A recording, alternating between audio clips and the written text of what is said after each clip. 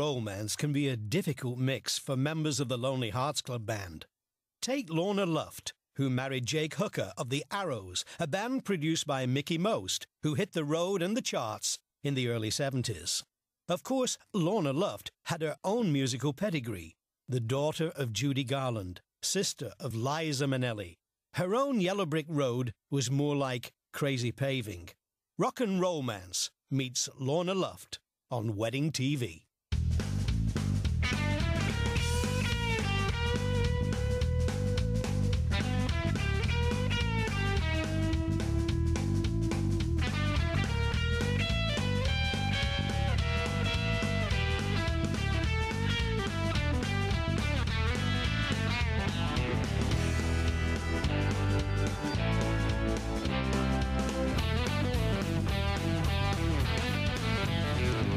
Here we are in LA, not far from the Hollywood sign just up the hill behind us here, in a wonderful vista up to sunset. And as the sun sets, I'm talking to an old friend of mine, Lorna Luft. Hi, Lorna. Hi, Tony. How are you? How lovely to see you. Lovely to see you. And not only lovely to see you, lovely to see you looking so fantastic. Oh, thank you. We were talking on the way up here to the balcony, and you may look good on the outside, but inside you're shivering a little with anger over LA. You don't like it very much. Huh? It's Los Angeles has changed so much since I was a kid. I was talking about this at lunch today. When I grew up here and I grew up in London. But when I grew up here, Beverly Hills was this very small little village, okay? Yes. And everyone knew each other. I mean, you'd have Fred Astaire walking down the street, and you'd have Gene Kelly walking down the street, and we'd all hello to each other, and our kids would play. And now it's just filled with tourist buses and people. It's just changed so much, and the values of Los Angeles have changed so much. It's all about how fast we can get someplace, how fast we can cut someone off, and how fast can we go while we're on our cell phones, putting on lipstick, eating, and maybe reading a book in their cars. And I proceeds to, every time I come back, I think, wow, it saddens me. Do you know, I hear some people talk in the same way about London. Yeah. You know, there's people hate London now because it's too busy traffic. You have to pay to go into the centre of town with a car. Well, you have to pay for it and all that, which I don't think the congestion tax is, I don't think it's done any good at all. I mean, I've been stuck in traffic there and all of that. But again, it's not only the traffic, it's everyone's attitude, all right? Everyone is miserable, they're not friendly, they just seem to be really on the verge of, I want to say, you look like you're going to have a stroke in all these cars. I mean, they just do. They look angry. They look angry, and there's no one who's just like, even on a Saturday or a Sunday, I want to say, get out of your car. Why are you all on the roads, you know? But I don't go anywhere. This is a car city, though, isn't it? You don't see anybody walking. No, we don't have public transportation to really brag about here. Yeah. Now, when you were the child of Judy and Sid, where were you living? What was life like then? Well, we lived half here and we lived in England too. So when I grew up here until I was 8, and then in 1960 we moved to London. Right. So we constantly were going back and forth because my mom was on the road and she was traveling. She was, you know, doing work in the Palladium and places like that. So we lived everywhere. We lived around the world. But mainly, if I would have to say, my two homes would be Los Angeles and London. So that's where, I mean, that's where I feel, if people say, where do you live? I guess both in those two cities.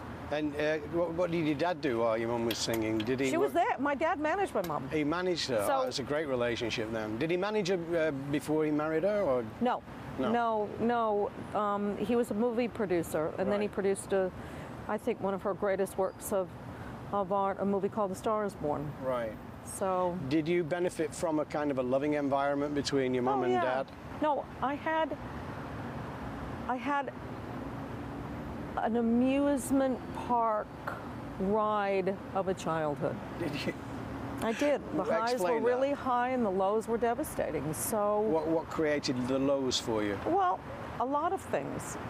Just circumstances of having a legend for a parent and what she had to go through and what happened to her and why it happened to her. And that's why I wrote my book. And then we were lucky enough, I was able to produce the mini series that was based on my book. And Yes. I was very, very, very fortunate to win 5 Emmy Awards. So. But that was from the horse's mouth. Everything else had been hearsay and, you know, gossip mongering. You actually told the truth of what happened to you. Well, I told the truth of what happened to me. Yeah. That's all I can. That's all I can really do. What was the worst thing that ever happened to you? Would you say? Oh, you know, something. It was all a great journey. You know, all of our lives are a great journey, and I guess the one thing that I would have to say is that people always ask me, you know, what was it like? And as I say, it was my normal. Other people's moms. Well, no. I mean, like, for instance, other people's moms went to the office. Mine went to MGM, Warner Brothers, recording studios, television studios, and concert halls. Normal for me. Did you go along with her? Yeah. I mean, that was my normal. I mean, other kids, for instance, they would have their next door neighbors come over. Well, we had our next door neighbors. They were just Humphrey Bogart and Frank Sinatra and Desi and Lucy, and that was my normal. Fantastic. You know, but the thing was that when other families had difficulties or interesting times, our family had difficulties too, but ours wound up in every newspaper. Yes. Not normal. Yes. So that's how I grew up. Yeah, So. I'm really here today to focus on Lorna and check out what's been in the Heart Bank account. When did you first fall in love? Do you remember? The very, very first time I fell in love was when I watched the Beatles on the Ed Sullivan Show and I looked at George Harrison. Oh dear. True. Oh True. dear. Fell So that was definitely hopelessly in love with George Harrison. I take it that was very unrequited love. Oh, never met him. Never met him. Never in his life. No, actually, I did meet him. I you? did meet him, and I couldn't. I had to look at my shoes. So you missed Elvis. You just waited for the Beatles to fall in love. You know something? I didn't miss Elvis. I was able to go and see Elvis, and I was, of course, a fan of Elvis, but not like the Beatles. The Beatles were my Elvis to that generation. And of the four, it was George who plucked at your heartstrings. Still today, I see pictures of George Harrison. I admired him so much because he was quiet, and because we didn't know so much about him, and because he wasn't really out there, and he didn't put himself out there, and he was mysterious. Yes, he was shy, actually, He was wasn't he? incredibly shy, Yes. and that's what attracted. I thought that was so attractive. I thought that John Lennon was a genius, and I thought that John Lennon paved the way for the group, and I thought Paul McCartney was pretty, and okay. You're getting on to Ringo now. Ringo, nice. Wanted to him for my neighbor. I just wanted him to have, you know, he was like my neighbor next door.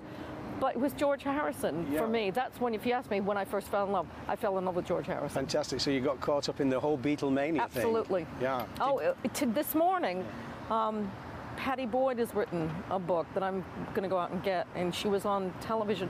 And I just wanted to tell her that, I mean, when she cut her fringe, I cut my fringe. It was like, we were all caught up in the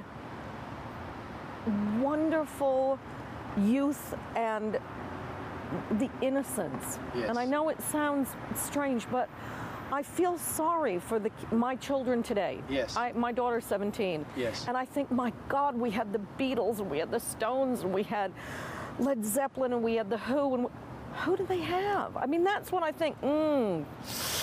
Let's talk about your first husband, Jake Hooker, who was a great guy. I knew him when he was in nice. a group And he's called... the father of my children. The group was the Arrows, who Yep. were produced by Mickey Most. Yes. And you fell in love with Jake. How did that Yeah. all happen? I knew Jake for a very long time. I knew Jake because Jake dated Peter Allen's sister, and my sister was married to Peter. Gets very weird. And then, of course, Peter